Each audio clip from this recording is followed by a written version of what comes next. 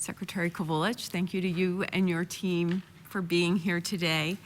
A lot of talk about your finances. Want to continue along that line, but I see that the governor is recommending level funding for the department's operating appropriations beginning in fiscal year 26-27. Is that correct? I believe so. Yes, right. Yes, just had to check the numbers, yes. Sure. No, that's great.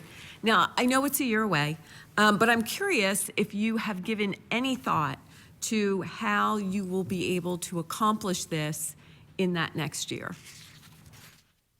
Well, we are continuously trying to find efficiencies. Like I said, we are trying to make sure that we're good stewards of the resources that we're given. So, for example, we made, like I said, we need to update our computer system. We just found a $250,000 savings because of making a change in our ombudsman program with our IT. So we continuously look at how we're going to make sure that we're finding ways to save dollars so we don't have to continuously ask for more. Yeah, so I mean, that's sort of the next logical progression of questioning, right? How will you live with level funding for 3 years in a row when you've already found $275,000 or $250,000 in savings through your IT upgrades? How will we live with level funding? I beg your pardon? I'm sorry, I couldn't hear your question. Oh, I'm very sorry. I said that's the next logical question, right? Which is, do you have any examples of how you'll be able to live with level funding for those 3 years in a row? And you just indicated you've already found $250,000 for that next year. Well, so that's good. Right, we will. That's our strive, and that's why we're asking for the investment this year to see, how much we can save on a new computer system. So, do you envision needing to reduce staff in that next year, and which areas of your operations would be affected if you need to do that? We are actually asking for resources this year to expand our staff because we don't have enough bodies to do the work that we need to do. So, have you determined how to do that in 2 years? Is there any reason that we couldn't implement some of these changes that you have found in the upcoming budget, looking to generate some savings sooner and be able to redirect savings to programs that actually serve our seniors? You found $250,000 in IT. Can that be used up front and redirect those funds in light of the fact that your pending level funding from the governor has been recommended for your operations? I'm not sure I'm following. So what I'm saying is that you have found some savings. Correct. The governor has flat funded you out in those next couple of years.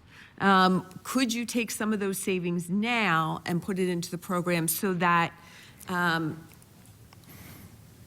you are not increasing what you're doing and sort of level fund and not grow operations, because projections down the road are such that it's going to be really difficult to keep up the funding for what you're envisioning, right? You're talking about growing your spending this year, but you're level funded for next year.